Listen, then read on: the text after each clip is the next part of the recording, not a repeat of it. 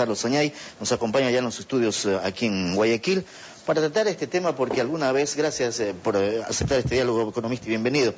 Dialogábamos hace unos meses atrás, unos días, semanas atrás, por este tema del precio del petróleo, y en su momento usted, a mí me dejaba hasta sorprendido cuando decía que el precio del petróleo podía bajar en determinado momento de este año. Y yo creo que razón ha tenido, el tiempo le está dando la razón, economista. Buenos días. Muy buenos días, muchas gracias, Javier.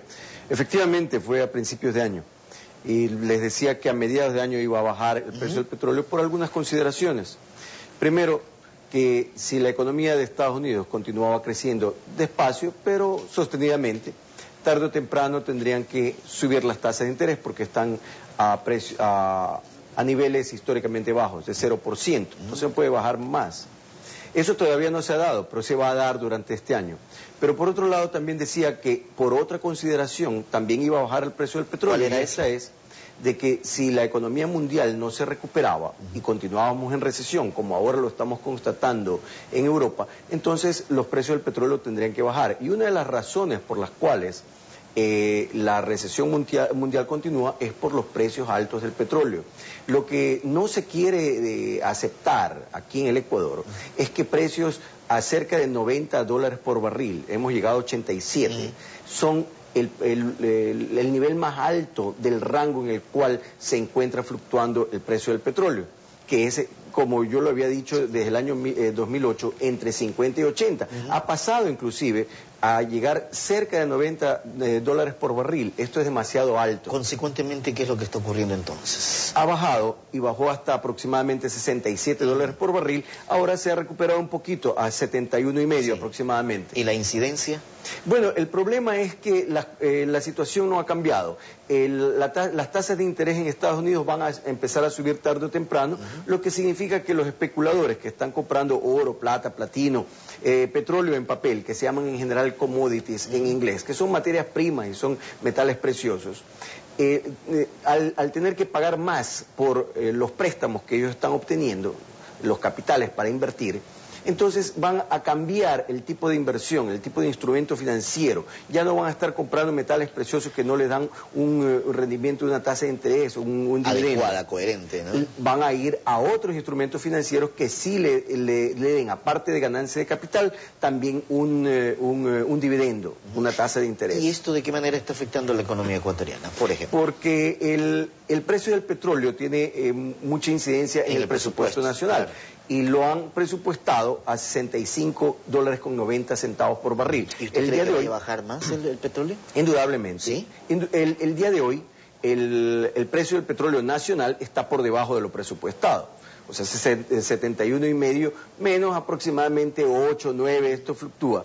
Está por debajo de los 65.90. Esto significa que el hueco fiscal, el déficit que tiene actualmente este presupuesto, que hace algunos meses era de $3.000 millones, ahora está incrementándose. Ahora se habla de $4.000 millones porque adicionalmente al precio del petróleo bajo, también tenemos una producción baja. Y esto es debido a las medidas económicas de este gobierno, medidas que están espantando a los inversionistas. Entonces, la producción privada, petrolera privada, está decreciendo porque ninguna compañía que se sienta afectada, que creen que le van a quitar sus propiedades, va a poner dinero en el país. No hay seguridad para la inversión. De ninguna manera. Yo he repetido continuamente que este es un gobierno irresponsable.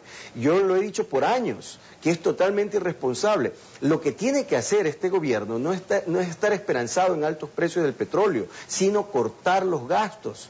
Y cuando hablamos de gastos, no es cierto como el presidente dice, quieren que cortemos los gastos en educación y salud. Eso no es así.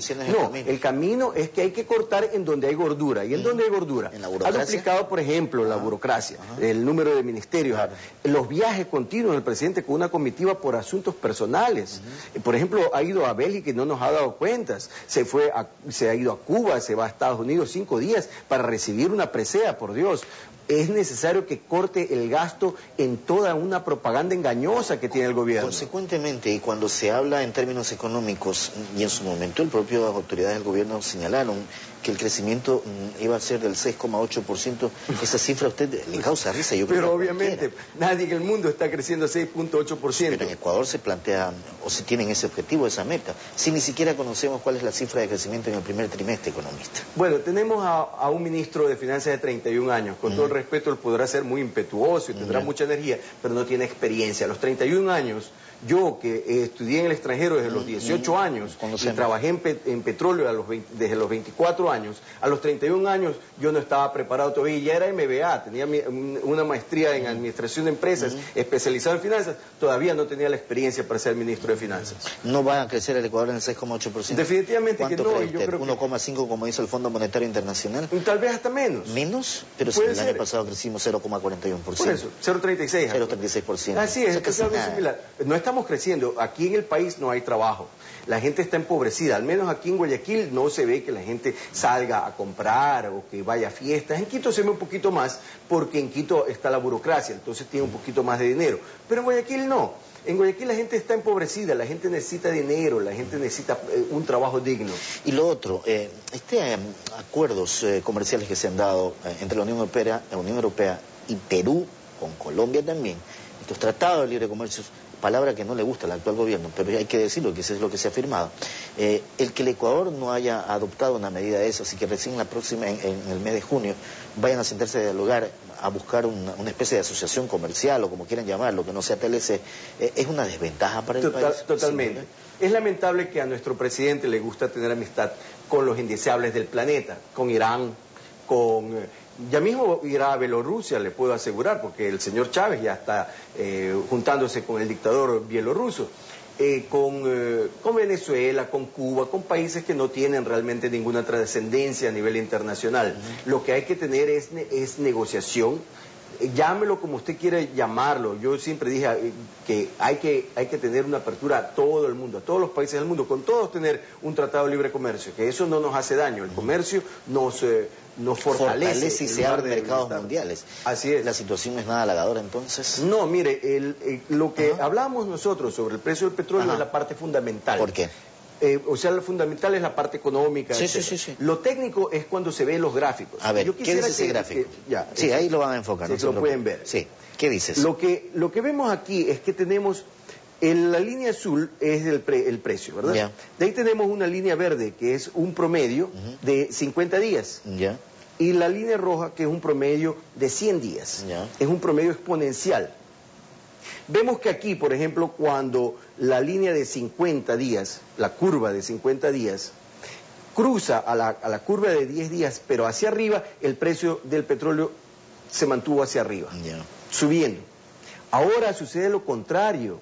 La curva exponencial promedio de 50 días está cortando a la curva de 100 días, hacia abajo. Y vemos que el precio del petróleo se ha situado por debajo de estas dos curvas promedios. Para que el precio del petróleo esté en una curva ascendente, tiene que superar el precio anterior de 87. Caso contrario, seguimos en caída.